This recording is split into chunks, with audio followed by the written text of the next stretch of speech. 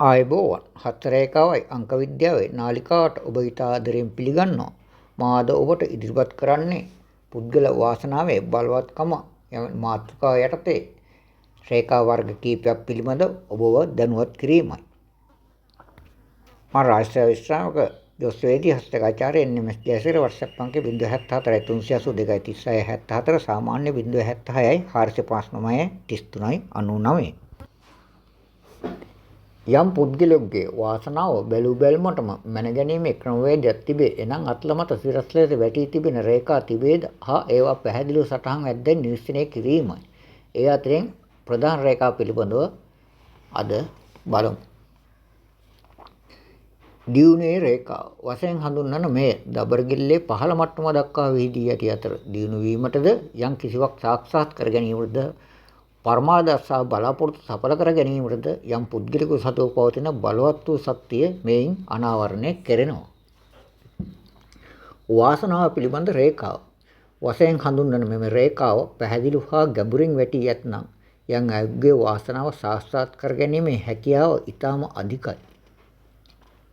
ඉරණන් රේඛාව වශයෙන් හඳුන්වන මෙම රේඛාව මගින් යම් ඉලක්කයක් සාක්ෂාත් කර ගැනීමේ හැකියාව අනාවරණය කරනු ලබනවා.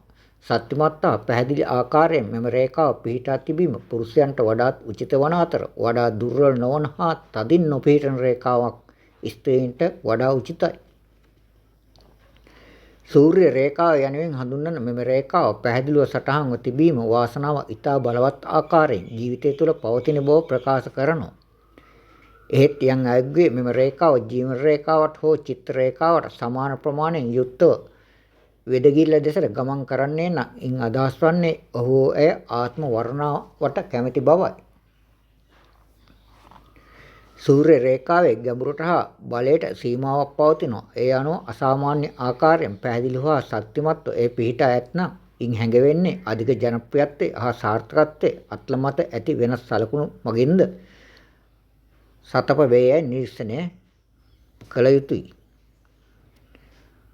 මුදල් රේඛාව නමින් හැඳින්වෙන මෙම රේඛාව මගින් යම් අයෙකුගේ මුදල් හා ව්‍යාපාරික කටයුතු සම්බන්ධයෙන් ඇති වාසනාව නිරාවරණය කෙරෙනවා. පැහැදිලි හා ඍජුව මෙම රේඛාව පිහිටා ඇතනම් ඉන් වඩා සාර්ථකත්වයක් ගම්‍ය කරනවා.